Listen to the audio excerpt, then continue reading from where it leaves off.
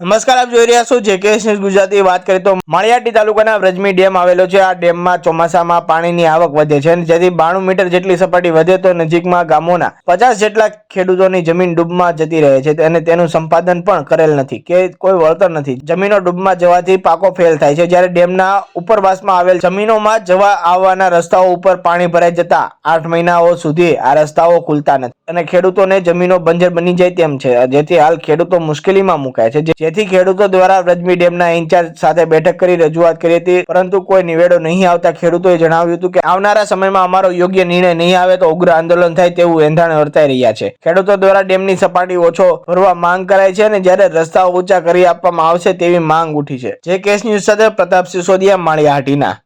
અમે માળિયા તાલુકાના અમરાપુર ગામના બધા ખાતેદારશ્રીઓ કે જે દધીતી સરોવરની અંદર જે જમીન આવેલી હોય, જે સંપાદન થયેલી હોય એ તો ઠીક છે, પણ સંપાદન થયેલી નથી એ પણ ખેડૂતો એમના ભોગ બની રહ્યા હોય કે જે 30-40 વર્ષ જૂનો પડતર પ્રશ્ન હોય એમનો, અને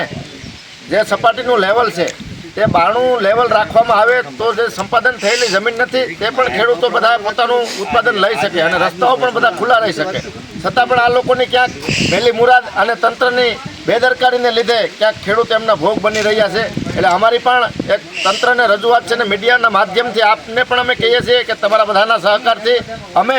જો આનો તાત્કાલિક ધોરણે આનો કોઈ પણ અમને નિરાકરણ નહીં આવે તો અમે ગાંધી ચિંધ્યા માન કે ઉપવાસ આંદોલન ઉપર તેમાં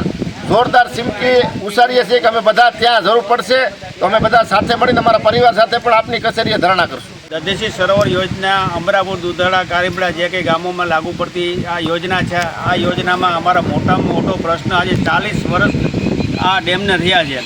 અને અમારા આજુબાજુના ગામડાને જોડતા રસ્તાઓ જેની જમીન સંપાદન નથી થઈ એવા ખેડૂતોના જમીનના એની ખેતરે જવા માટેના રસ્તામાં ડેમની